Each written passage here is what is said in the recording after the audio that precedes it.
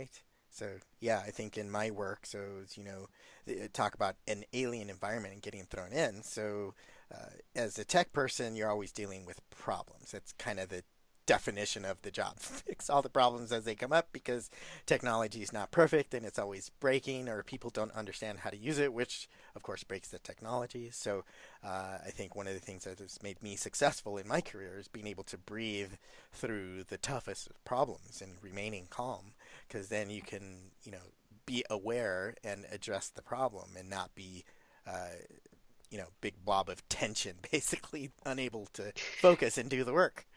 I have to say, I've worked with you. You said 20 years. I think we've been together 25 to 30. We've been together a long time Oh when gosh. we used to live out in Yeah, Colorado. yeah.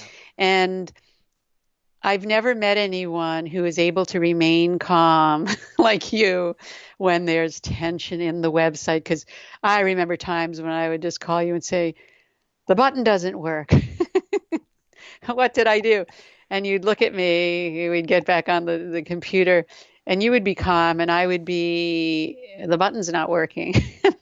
And I'm sure you probably deal with that at work, but I couldn't have survived these 30 years. I probably would have had some form of breakdown if I didn't have you as the other half helping me with this computer technology. And when these little things break, and and they do break. We've talked about that for a while. People think they can just get a web page and put it up, and that's happy ever after.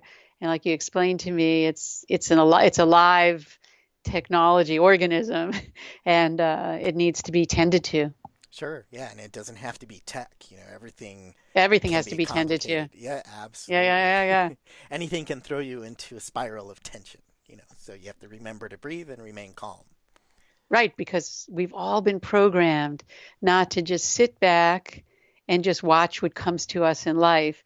We're always programmed to do something. And well, that's nature. I mean, animals, when they come out, they break out of the shell when they're hatching. What do? They head for the water or head for something, but they have their heads moving around because they're looking for the predator. There's an instinct that comes with that, and that's that little bit of tension that can really escalate into big tension and create lots of health problems. Sure. And that brings me into why is it so difficult to focus? I mean, you and I have talked about focus, and we've done that. I've said this in many podcasts, focus creates happiness.